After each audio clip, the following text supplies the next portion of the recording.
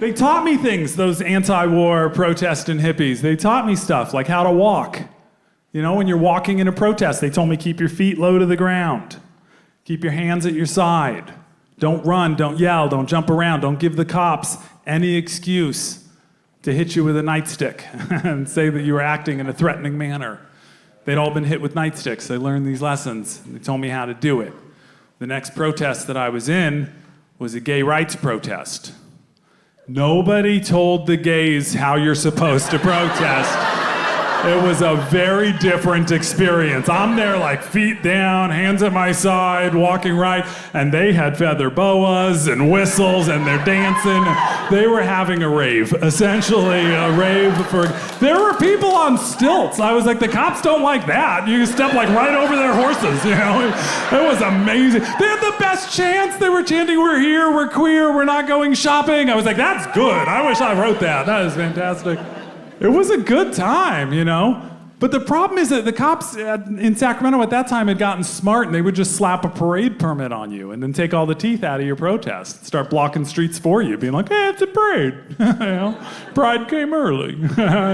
You're like, no, we want to disrupt, because the whole idea is to disrupt. So then the thing came, go on the freeway. That's how that started happening. You had to go up on the freeway to actually make an impression, you know? So they head towards the freeway. But again, everyone's jumping around and dancing and having a good time. And the riot cops sweep in and they stop everybody, but I'm walking like this and I kind of accidentally slip right through them. I'm more and more by myself on this freeway off-ramp, and then I stop and I look around and they're like yards behind me. I see the back of the riot cops with their shields on the other side. They don't like you there. And I think I better get out of here. And then a motorcycle comes rolling down, and this big cop gets off the motorcycle and he says, get off the off-ramp. And I said, yes, sir. And I did the walking thing. I was trained to walk, and he says, run. And I was like, well, the hippies actually told me not to, that I should. And he shoved me and he said, run. And the hippies were right, because the minute I started running, he grabbed me and he beat the crap out of me. Yeah, this story got ugly, huh? He stepped on my face, he bloodied me up, he was choking me, and he told me I was gonna die. And that's when a female cop pulled him off of me, helped me up, and then walked me straight to a newspaper reporter. I was like, I don't really get whose side you're on. This is very weird. The newspaper reporter says, what's your name? I said, my name. She said, you're gay, right? Not, are you gay? You're gay, right? I was like, I'm used to that. No, actually, I'm not.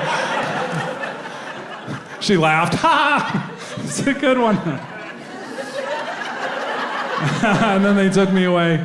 They took me away to jail. In jail, the guy was all, what's your name? And I remembered that protesters had done this at another protest, so I said, Harvey Milk. And he said, Harvey Milk, the slain civil rights activist. And I was like, who are you? What cop would know who Harvey Milk is and say it that way? You know? I was like, you might be all right. Here's my actual name. He says, you're gay, right? And I was like, what? No, I'm not. Why are you asking? He said, because if you're gay, we'll put you in a pink jumpsuit to keep you safe. I was like, oh, that's a great idea.